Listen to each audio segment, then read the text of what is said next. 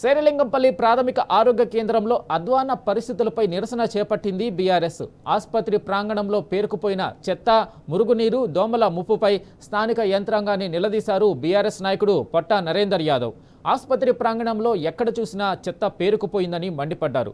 రాష్ట్రంలో కాంగ్రెస్ ప్రభుత్వం వచ్చిన తర్వాత ఆరోగ్య శాఖ పరిస్థితి పూర్తిగా క్షీణించిందని బీఆర్ఎస్ నాయకులు విమర్శించారు. వారంలోగా స్పందించకపోతే తామే క్లీన్ చేస్తామన్నారు.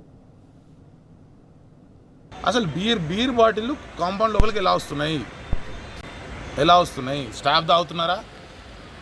లేకపోతే ఇక్కడ కాంపౌండర్ తాగుతుందా? లేకపోతే ఇక్కడ పబ్లిక్ వచ్చి తాగుతున్నారా? ఏంది దీనికి సమాధానం ఏంది? బీర్ బాటిళ్ళు కాంపౌండ్ లోపలికి ఎలా వస్తున్నాయి? మీకు ఇంత సోయి లేదా? ప్రభుత్వ ప్రెమిసెస్లో బీర్ బాటిళ్ళు ఉన్నాయి, దానికి సమాధానం ఏంటి? ప్రభుత్వ ప్రెమిసెస్లో ఆరోగ్య సెంటర్లో సంపు పరిస్థితి మీరే చెప్తారు. వెళ్ళి ఇంటింటికి వెళ్ళి వర్షాకాలం వస్తుంది, సంపులో నీళ్లు రిజర్వ్ చేసుకొని డెంగ్యూ వ్యాధులు వస్తాయి.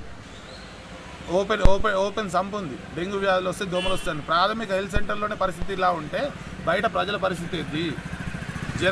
జ్వరం వచ్చి హెల్త్ సెంటర్కి వస్తే వీళ్ళు డెంగ్యూ ఇచ్చి పంపించేటట్టు బయటికి. ఈ పరిస్థితుల్లో ఒక వారం రోజులు చూస్తాము. టుడే సాటర్డే, నెక్స్ట్ సాటర్డే వరకు చూసి ఆందోళన చేస్తే మీకు ఏమి చీమ కట్టినట్టు ఉండదు. మేమే వచ్చి క్లీన్ చేస్తాం.